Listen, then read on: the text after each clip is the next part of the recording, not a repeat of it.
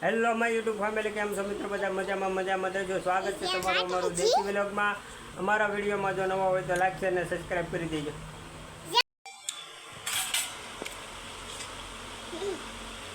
શું કરે તું?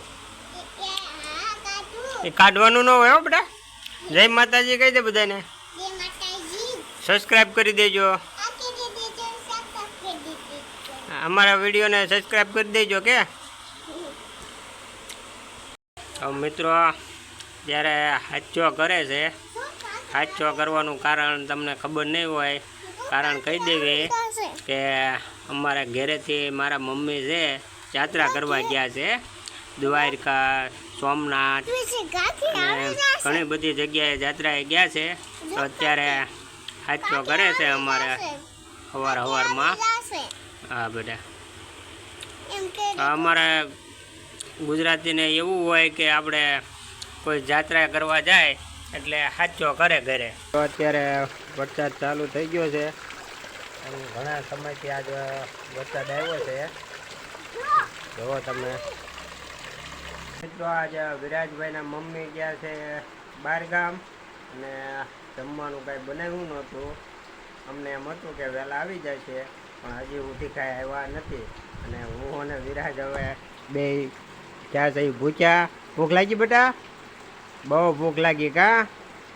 ભૂખ લાગી એમ તો કે ભૂખ બહુ લાગી છે એટલે આ બધો નાસ્તો જે પીડ્યો હતો, ફાફડી ને આમાં ગાંઠિયા છે અને વિરાજભાઈને આલુ સેવ છે, પછી બિસ્કિટ છે, આમાં એના બબલા છે.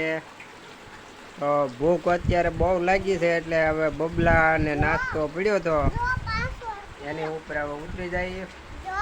તો આવું મિત્રો તમે કોઈ કારે તમારે યારે બન્યું હોય તો કોમેન્ટમાં કહી દેજો.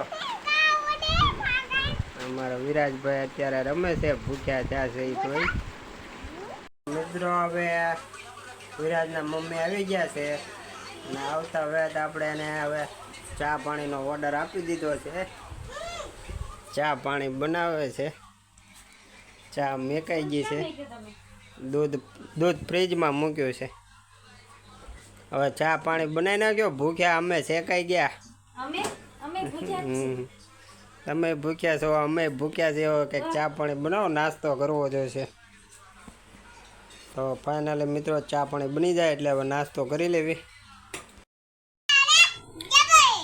તો મિત્રો હવે ઘડીક બોલતો નહીં બેટા. તો મિત્રો હવે ચા બની ગઈ છે અને ગાંઠિયાનું ચાક બનાવી નાખ્યું છે અને નાસ્તો અને ચાક થઈ ગયું છે. ત્યારે હવે ચાક ને ભાખરી ને ચા ને એવું ખાઈ લેવી અમે. તો ફાઇનલી મિત્રો આપણે હવે નાસ્તો કરી લઈએ, થોડુંક ખાઈ લઈએ.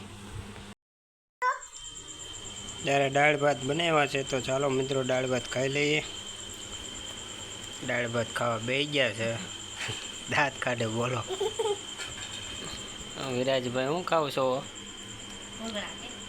ભૂંગળા ખાવ છો? વિરાજભાઈ ખાય છે આમાંથી ભૂંગળા. મિત્રો આજનો વિલોગ પૂરો કરતા પહેલાં એક તમને સલાહ આપું. તે સલાહ એ છે કે આજે સાંજના 5 સાડા 5 હું ગામમાં ગયો હતો. ગામમાં ગયો એટલે થોડીક વાર દુકાને બેઠો એટલે થોડી વારમાં એક એક્સિડન્ટ થયું. એટલે 2 વ્હીલર અને બસ વચ્ચે એક્સિડન્ટ થયું હતું. એમાં બહુ ગંભીર રીતે 2 વ્હીલવાળાને ઈજા થઈ હતી. એના માટે તમને બધાને એક સલાહ આપું છું કે આપણે ગમે તે જગ્યાએ જાઓ, બહાર જાઓ, વરસાદનું વાતાવરણ હોય એટલે ગાડી ધીમી હકારજો. આરસીસી રોડ હોય ત્યાં આપણે સ્પીડ બહુ રાખવી નહીં. તો મિત્રો આજ માટે એટલું. ફરી પાછા મળીએ નવા વિલોગમાં. જય માતાજી, જય શ્રી કૃષ્ણ.